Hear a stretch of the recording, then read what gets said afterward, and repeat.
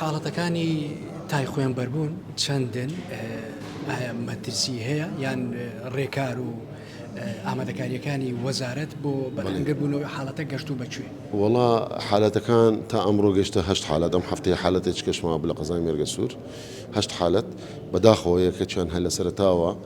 لە شاری ئاکرێ پێش گەشتنی بە نەخۆشخانە لەگەڵ گەشتنی بۆ نەخۆشخانە جای لە دەستەکە وەزعی خراپ بوو درەنگ گەشتە نەخۆشخانە ئەمە حالەتێک هەفت حالەتەکەی دی زۆربەی زۆریان تەخلیص کراون چوونەتە ماڵ و عیلاجکرانە خۆشبەختانە ڕێژەی مردن زۆر کەمە بە بەراورد بە پارێزگاکانی عێراق و ڕێژەی توشبوونیش کەمە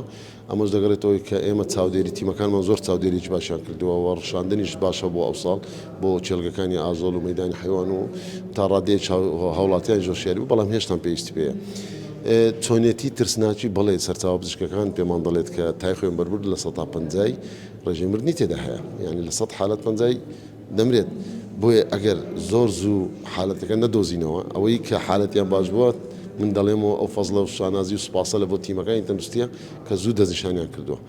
بە زوو دەستنیشانکردن سیستەمی خوێنبەربوونیان کۆنتڕۆڵ دەکرێت داخلی عینای مڕەکەزە دەکرێت تەعویز دەکرێتەوە و چارەسەر دەکرێت بەڵام کاتێک کە زوو نادۆزرێتەوە جان لە دەست دەدات بۆیە هیوادارین کە هاوڵاتیان بە جددی ڕێنمایەکانی تەندروستی جێبجێ بکەن خۆیان دوور بگرن لە تەعاملی ڕاستەوخۆ بە ئاژەڵ و سەرچاوەکە نافەرمیەکانی قەزابخانە و مەیدان و ئەوانەی کە نەخۆشن ئەو شوێنانەیان ئاژەڵەکانیان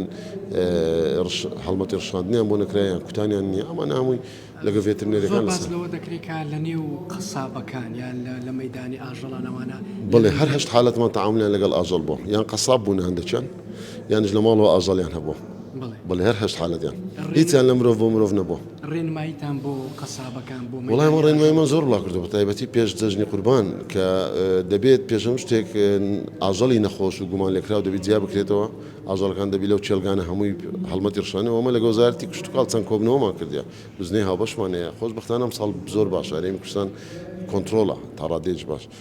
و پێمان گوتینە کاتێکش کە تای هەبوو خوێنبەربوونی هەبوو هەندێک ماک و نیشانەی لەناو پێست و ئەوانەیە هەبوو دەبێت خۆی بگەێنتە پزیشک نابێ ئێمالی بکە و تەعاملکردنیشی لە ڕێگەی ئەوانەی کە گەنەیان هەیە دەبی زۆر بە جددی بن ئەوانە هەڵمەتی ڕشاندن و فۆتانی بکرێت چکە لە ڕێگەی گەنە لە ئاژەڵ